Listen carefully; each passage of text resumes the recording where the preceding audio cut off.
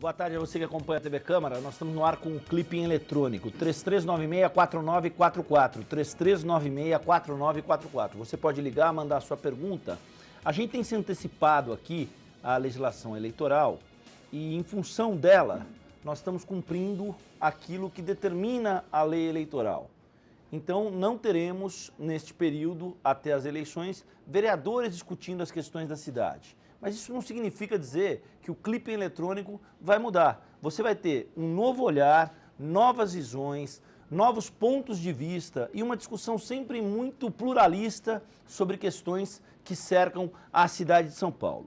Hoje, o tema é população de rua, moradores de rua. E nós trouxemos um especialista, a quem eu dou boa tarde, que é o professor Daniel de Luca, da Fundação Escola de Sociologia e Política de São Paulo. Ele é antropólogo e é pesquisador do SEBRAP. É um prazer tê-lo conosco, Daniel. Obrigado pela atenção. Muito obrigado. Boa tarde para todo mundo. Obrigado. Também está conosco o Cacá Ferreira, que é fundador e presidente do grupo Anjos da Noite. Boa tarde, Cacá. Boa tarde, é um prazer também estar aqui. A gente agradece a tua presença aqui, espera contar com você mais vezes, inclusive. E ainda aqui, imediatamente à minha direita, o Robson Mendonça, presidente do Movimento Estadual da População em Situação de Rua no Estado de São Paulo. É isso, Robson? Isso. Tá tudo bem, meu querido? Tudo bem. É um prazer tê-lo conosco aí, com a camiseta de que os moradores de rua vão à luta. Estamos de luto, mas estamos na luta. Estamos de luto, mas estamos na luta. Legal. A gente vai conversar com os números da população de rua na cidade de São Paulo denotam ou apontam que são 15.900. Há, segundo os dados da prefeitura, 16 mil moradores de rua na cidade de São Paulo. Posto isso, eu queria começar jogando na mesa o seguinte recorte. Via de regra, quando a gente fala em população de rua, a gente está falando, no grosso da imprensa, em ex-dependentes químicos por álcool, por drogas ou pessoas que enfrentam patologias psiquiátricas severas, esquizofrênicos, pessoas que têm problemas mentais mais severos. Por si só, esse recorte, professor, não é um recorte já um tanto quanto preconceituoso e que cria uma outra segregação para a população de rua?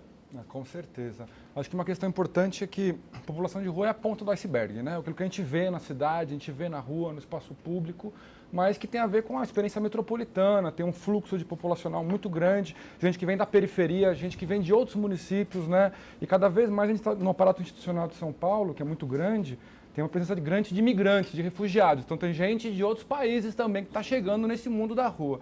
Então, chamar de questão de simplesmente questão de saúde mental, de droga, que obviamente tem que ser atentado para isso, mas é simplificar muito um problema que tem uma estrutura, que tem uma dimensão, uma escala que extrapola o perímetro da região central de São Paulo. Sem dúvida. Qual é a sua opinião? Olha, eu também acho que essa colocação de que são drogados, existem isso, sim. Existem os dependentes químicos, existem as pessoas com problemas mentais, mas existem também as pessoas carentes, né? Então a gente tem que ver como um todo, porque senão a gente vai criar realmente um problema muito sério, porque você não vai ter técnica para ajudar, porque você vai na pessoa dependente química e você não vai na pessoa que realmente é carente das coisas materiais. Legal. Robson, você é presidente de um movimento estadual da população em situação de rua de São Paulo. Hoje, você é morador de rua? Não. Eu sou ex-agropecuarista de Alegrete, Rio Grande do Sul. Vivi nas ruas quando vim aqui para São Paulo, fui vítima de um roubo. Vivi na rua, dormi nas calçadas e albergue durante 6 anos. 6 anos? Hoje eu tenho escritório para trabalhar para essa população, né? Então a gente vem trabalhando com essa população. 6 anos. E o que você pensa desse recorte que se faz, segundo o qual o primeiro termômetro da população de rua, o senhor que viveu essa realidade de ter sido morador de rua, e o primeiro termômetro é um termômetro que aponta que são dependentes químicos de droga, entorpecentes, álcool, ou esquizofrênicos, ou loucos, ou qualquer outro, às vezes um eufemismo, às vezes um tom mais pejorativo. Qual é a leitura que o senhor faz nesse sentido? Eu faço uma leitura mais, vamos dizer assim, como eu vivi isso na realidade, Eu geralmente digo que tudo é botado num balaio só, como faz um balaio de gato, dizendo que a população de rua é drogada, são débeis mentais, são isso ou aquilo. Existe uma pequena parcela, mas muito pequena, de moradores de rua realmente que são dependentes químicos, mas é uma parcela muito pequena. A parcela que tem transtorno mental também é outra parcela um pouco pequena, apesar que está aumentando por causa das condições que não são oferecidas melhora na rua, ela vai aumentando.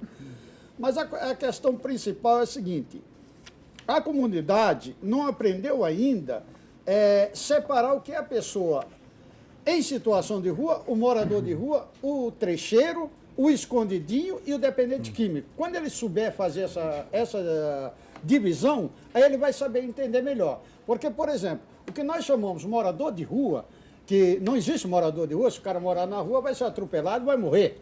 Existe o morador debaixo de marquises, debaixo de viaduto, essas coisas. E a pessoa em situação de rua é aquela que estão em albergues, abrigos, moradia provisórias, hotéis sociais, cortiços e favela, porque estão sucessivos de uma hora para outra irem para a rua. O trecheiro é aquele que a gente encontra, às vezes, aí na rua, fazendo pintura, trabalhando com artesanato, que hoje ele está aqui, amanhã está no Rio, depois está na Bahia, depois está de volta aqui. Então ele passa no trecho. Esse é o trecheiro. O escondidinho são pessoas, alguns, né, não são todos, uma parcela muito pequena também, de ex-presidiário, que o Estado não oferece condições para ser inserido no mercado de trabalho, e o poder paralelo, então, o pega para fazer pequenos trabalhos, e que se traveste de morador de rua para praticar pequenos crimes junto à população de rua, né? E temos o dependente químico, que esses geralmente, que são uma parcela pequena, que hoje em dia vivem nas cracolândias esparramadas pela cidade. Daniel, e aí, meu caro? O senhor que é antropólogo, você, Daniel, que é antropólogo, olhando esses aspectos heterogêneos, é a primeira vez, eu vou falar uma coisa muito sincera para o senhor, eu tenho 30 anos de jornalismo, é a primeira vez que eu ouço a definição de trecheiro, do cara que cumpre trechos em várias ruas de várias cidades. Eu não conhecia esse termo, imagino que vocês conheçam aqui na mesa, mas eu queria que você falasse sobre essas questões mais heterogêneas que foram postas pelo nosso amigo aqui, pelo Robson Mendonça. Não, é importante que o Robson falou, porque marca a heterogeneidade da categoria. Então, a população de rua é uma categoria a priori estatística, estatal, portanto, é uma definição demográfica, inicialmente, que surge nos anos 90. É uma inovação no Brasil, não se tinha essa categoria, surge nos anos 90, sobretudo a partir do esforço da Luiz Erundina, né? A primeira gestão, digamos assim, que a gente tem preocupada com a questão na rua, e se fazem uma pesquisa, se constrói essa categoria população de rua. Naquele momento se define sobretudo a partir da ausência de casa, ausência de trabalho, uma distância com a família e tudo mais. Daniel, só para esclarecer, é importante ponderar, o Daniel não está dizendo que os moradores de rua surgiram a partir da década de 90. O que ele está dizendo é que a lógica de que os moradores de rua devem formar um contingente e serem observados como uma categoria social, esse movimento é um movimento de 20 e poucos anos aqui no Brasil. Não, exato. Sempre, desde que existe cidade, existe gente na rua, né? A ordem mendicante na Grécia e tudo mais.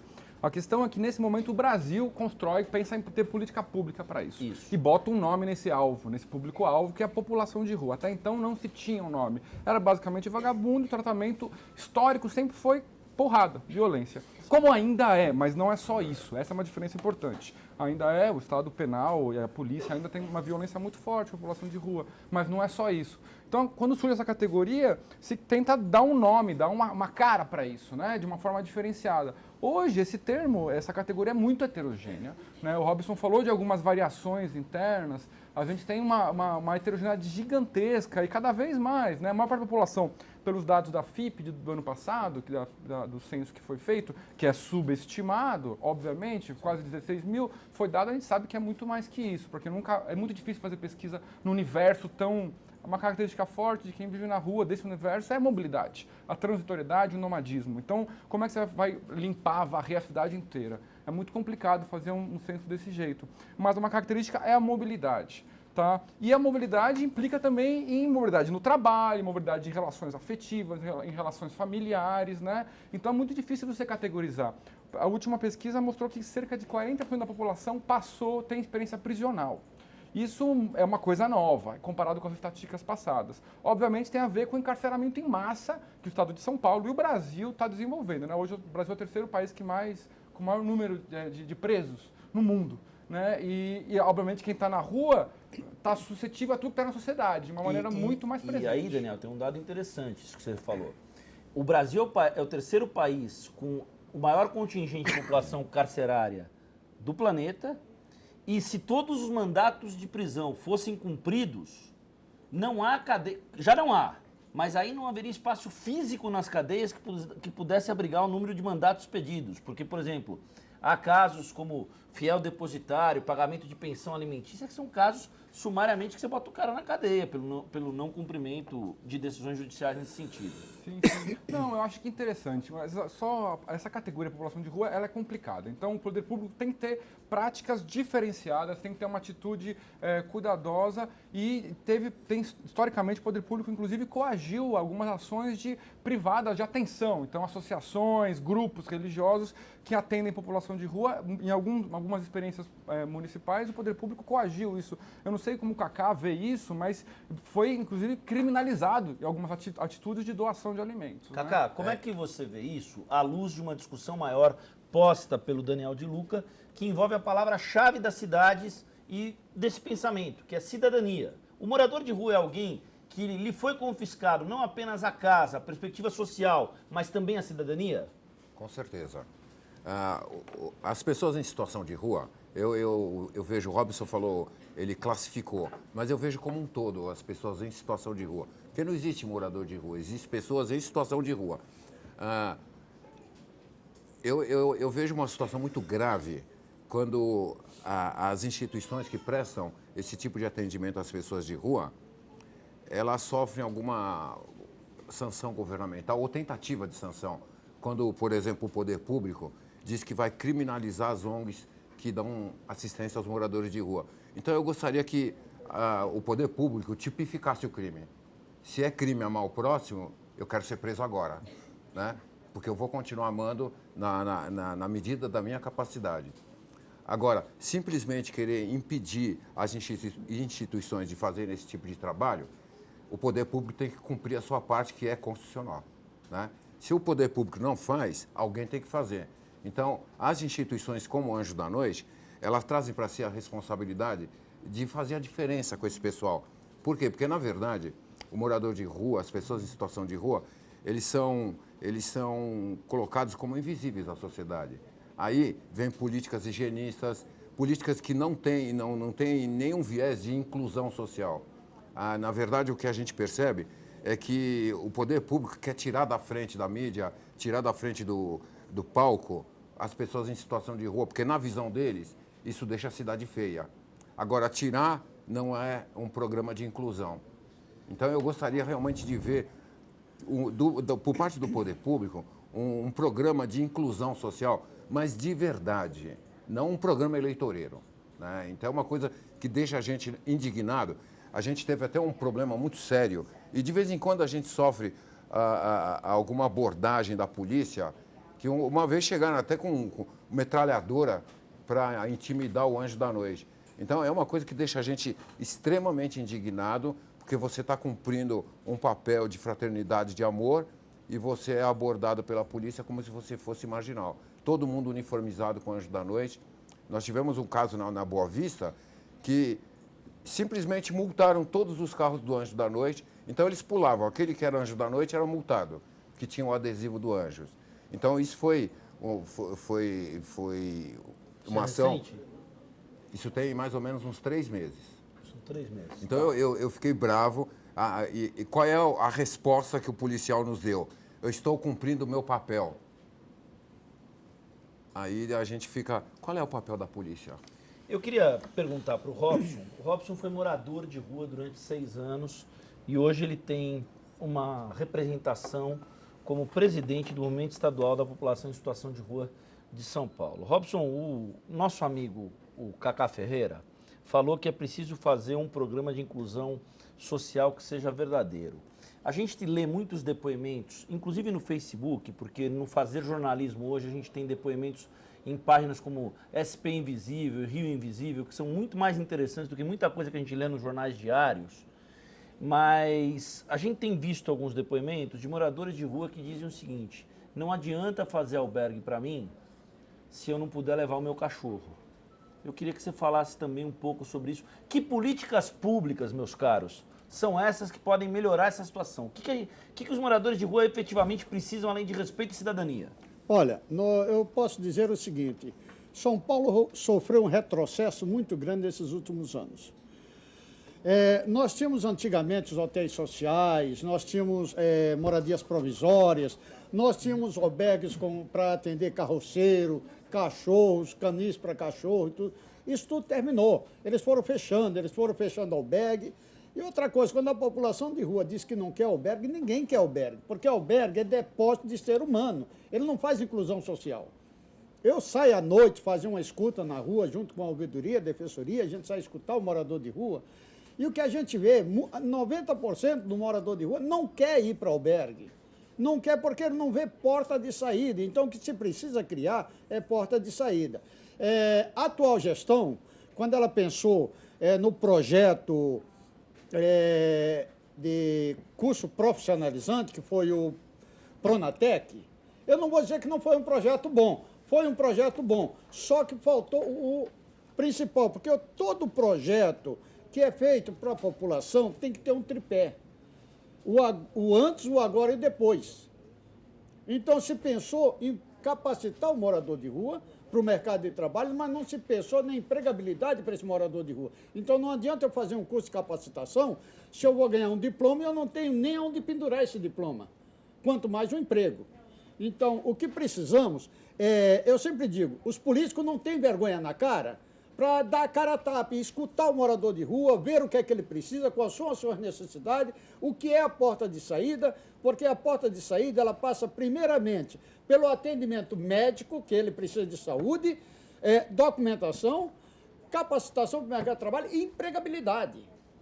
Aqui nós temos um PL que já passou em várias comissões, PL 111, que fala de empregabilidade para morador de rua, que ele diz o seguinte, que a empresa que ganhar licitação no poder público terá por obrigação de contratar no mínimo 2% de morador de rua.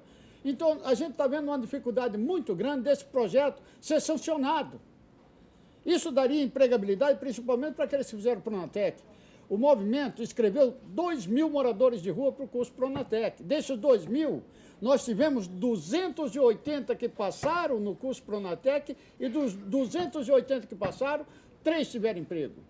Então, há discriminação por essa questão da empregabilidade e não se pensa em porta de saída. Aí se começa a criar projetos politiqueiros, né? Fazer aquela questão, entrou o governo, vamos trocar o nome desse projeto, isso aqui com outro nome fica melhor. Eu sempre digo, o projeto Braços Abertos ou o projeto Recomeço, são 2 projetos que eu vou dizer, até é bom. Agora precisa melhorar para ser bom de fato. Porque nós temos 3 projetos de combate às drogas, que é Crack é Fácil Vencer, Braços Abertos e Recomeço. Mas o retorno, de fato, de inclusão social nesses projetos é muito pouco. Ele precisa ser melhorado.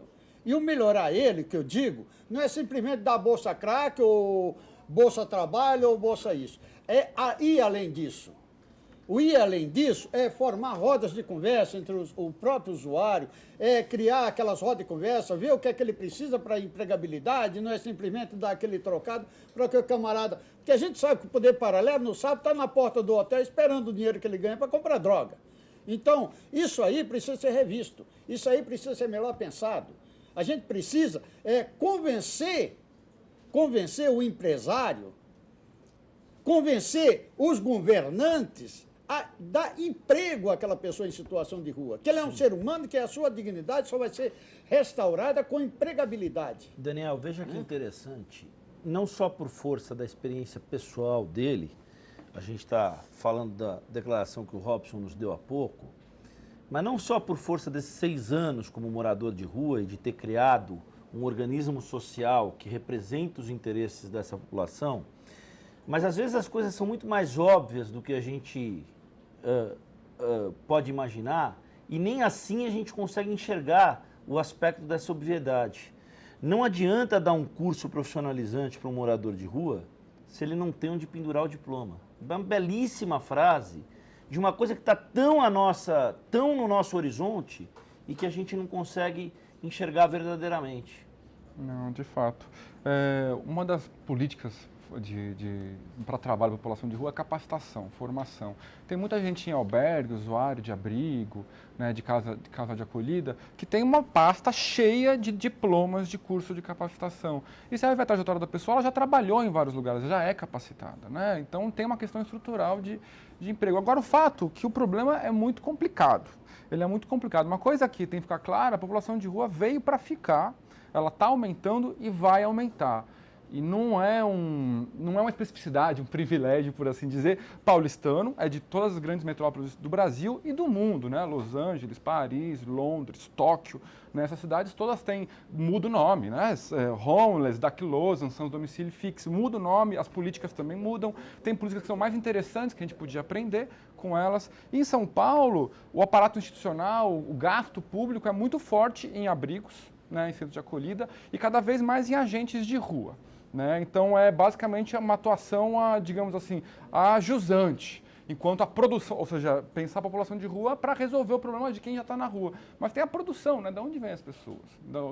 As pessoas vêm da periferia, né? Então, desintegração de posse, reintegração de posse. O Estado também produz população de rua. Quando um monte de gente sai das prisões, quem que vai contratar? Né? Ninguém quer contratar um ex-presidiário. Então, são problemas... Então, como pensar a montante, né, a produção da população de rua, né? Acho que é uma questão complicada mesmo. Pensar na população de rua é só pensar uma questão pontual. A nossa telespectadora Maria Cecília, aqui do centro, ela ligou, você também pode ligar, 3396-4944, está na tela aí, ó, 3396-4944. Nós estamos discutindo a situação dos moradores de rua na cidade de São Paulo, políticas sociais, políticas públicas, esse universo que os representa. A gente está com uma edição especial do Clipe Eletrônico. O Robson Mendonça, presidente do Movimento Estadual da População em Situação de Rua de São Paulo, está conosco. Também o Daniel de Luca, que é esse que acabou de falar, que é professor, antropólogo da Faculdade Escola de Sociologia e Política de São Paulo, pesquisador do SEBRAP, e o Cacá Ferreira, fundador e presidente do Grupo Anjos da Noite. A Maria Cecília do Centro, retomando o que eu ia dizer há pouco, ela nos telefonou e ela disse o seguinte, que ela conhece várias cidades do mundo, como você acabou de citar, Daniel, e que ela nunca viu nada como São Paulo, que falta a perspectiva social em São Paulo, uma questão que envolve oportunidade, que envolve tratamento, que envolve respeito, que envolve um olhar social sobre esse contingente. Eu queria que o Cacá falasse sobre essa questão, respondendo a Maria Cecília, a quem a gente manda um abraço carinhoso.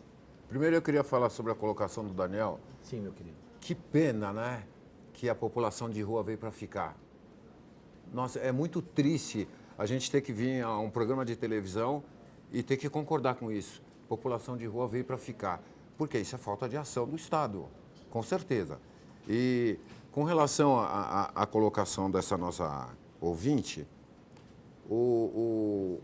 a população de rua, ela tem aumentado muito em São Paulo e ela não tem tido de verdade oportunidades de reinclusão social. Né? Por que ela não tem tido? Porque eu faço uma pergunta aos empresários só de São Paulo.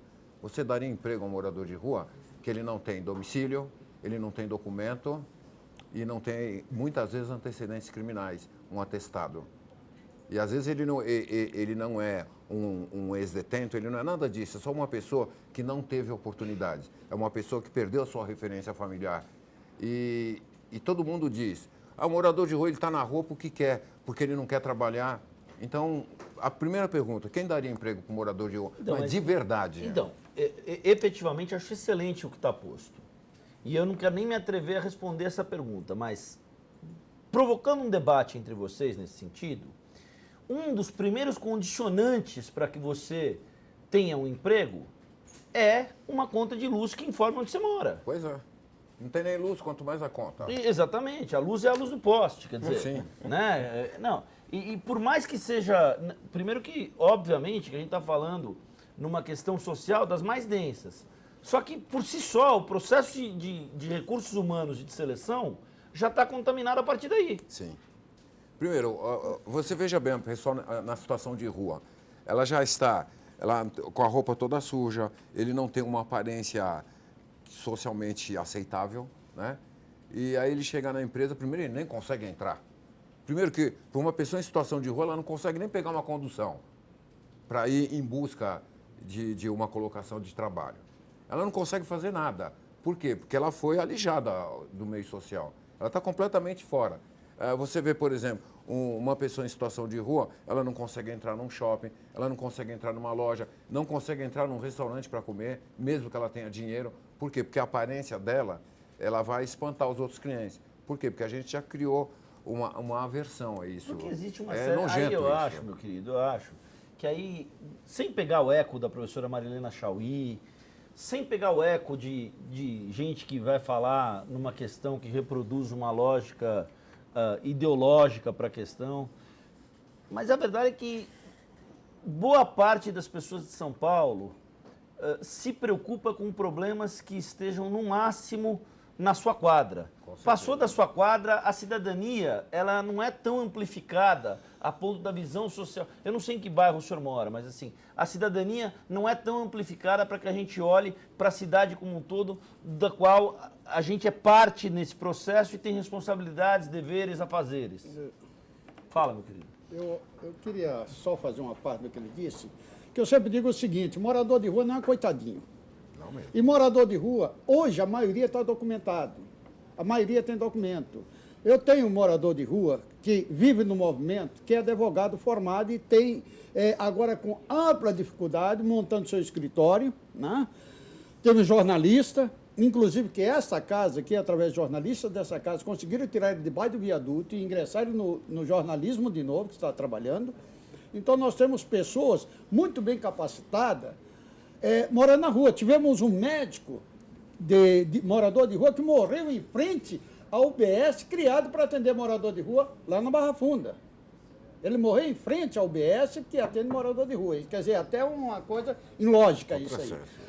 Agora, uma coisa que me preocupa muito nessa questão porque a gente, quando fala até para o serviço social do próprio município, se chega um cara com a roupa bem limpinha, uma calça bem limpinha, um sapato, vai no CRAS, por exemplo, CRAS Tiradentes, qualquer outro CRAS que vai, aí está bem limpinho, chega lá, eu quero um atendimento, quero fazer meu cadastro para uma Bolsa Família, eu quero fazer meu cadastro... Mas você é morador de rua?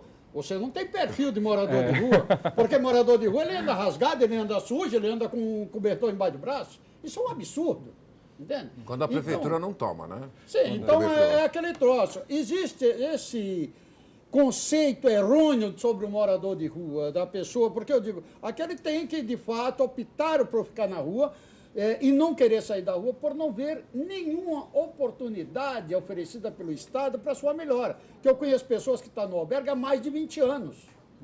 Não sai porque não tem uma porta de saída para ele. Como nós olhamos para os moradores de rua hoje e como nós deveríamos olhar para os moradores de rua?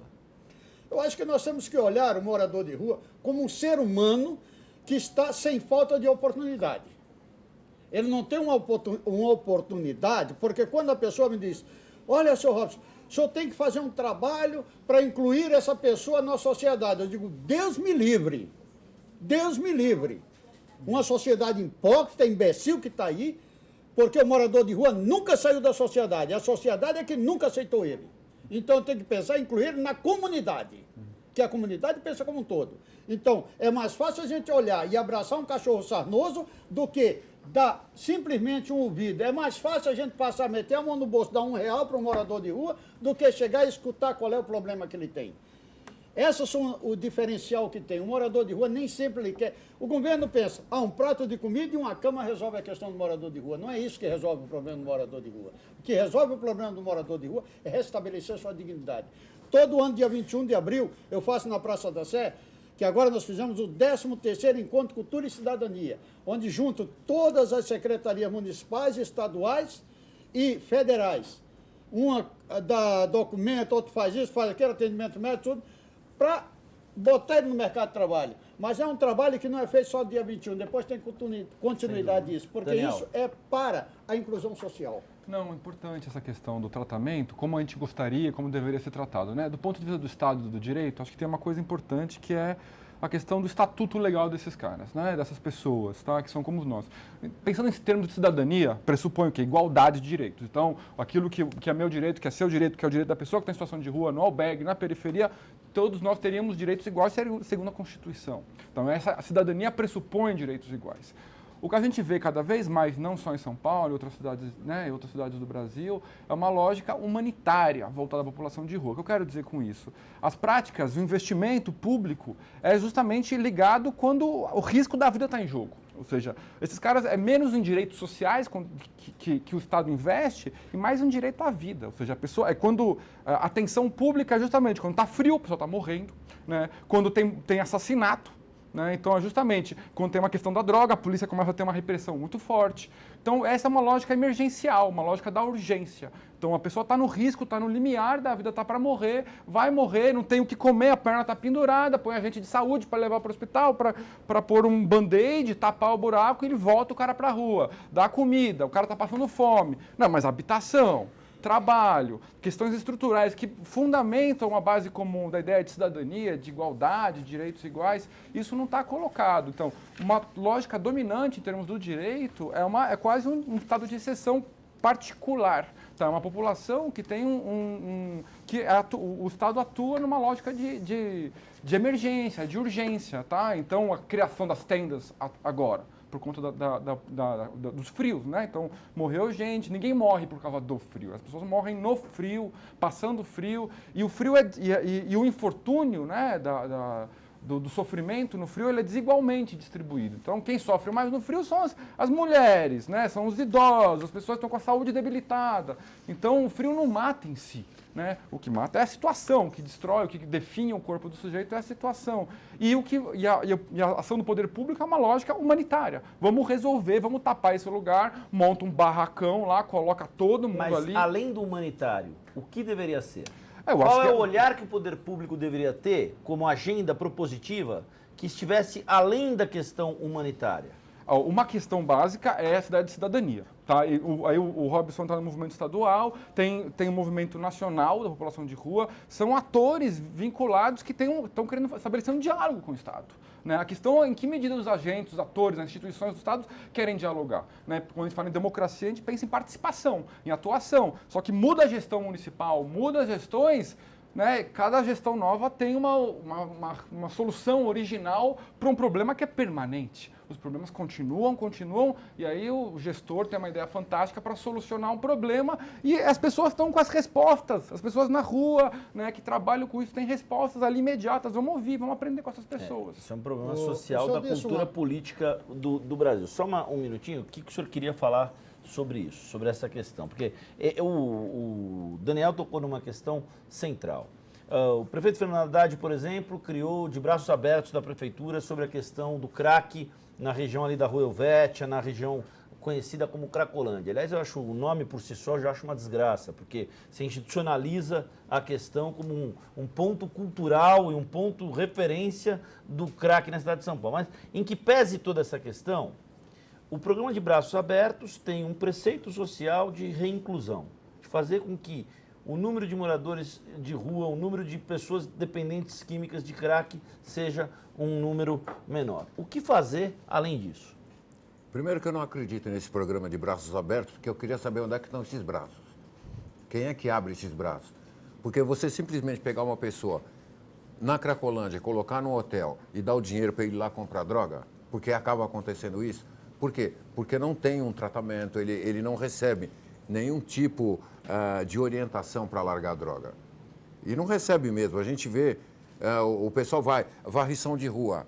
Será que é só isso que o morador de rua pode fazer? E o que a gente observa nessas situações, inclusive a gente já viu até em programas de televisão, a pessoa vai o primeiro dia, vai o segundo, depois não vai mais. Né? Aí eles vão para os hotéis e é uma bagunça danada, sabe, um lugar totalmente insalubre, não tem nenhum tipo de orientação social para essas pessoas em situação de rua. Então, eu gostaria de saber realmente quantas pessoas, sabe, saíram da situação de droga em função desse programa de braços abertos, né? Porque o que a gente vê na rua não é nada disso. Né? A gente vê, não é lindo o programa, mas na prática eu acho que isso não está funcionando. Eu acho que não é esse o caminho. Eu também não sei qual é o caminho, não, mas o caminho é olhar. A primeira coisa que a gente tem que fazer é olhar para a pessoa em situação de rua como cidadão, né? E dar os mesmos direitos. Quando você precisa... Olha só o absurdo que chegou ao nosso país. Você tem necessidade de fazer um estatuto para a pessoa em situação de rua. Você já está classificando o pessoal como uma coisa à parte. Eu acho que não precisaria, não precisaria estatuto, porque tudo que o morador de rua precisa está previsto na Constituição. Direitos iguais e o governo tratá-lo como igual, né? E não criar um nicho à parte. Diga. Que é questão simples. Quando ele falou aqui, o morador de rua veio para ficar, não. Ele não veio para ficar, desculpe discordar dessa seu pensamento, porque São Paulo é o único estado brasileiro que tem uma lei própria para morador de rua, a Lei 12.316, Decreto 40232, né?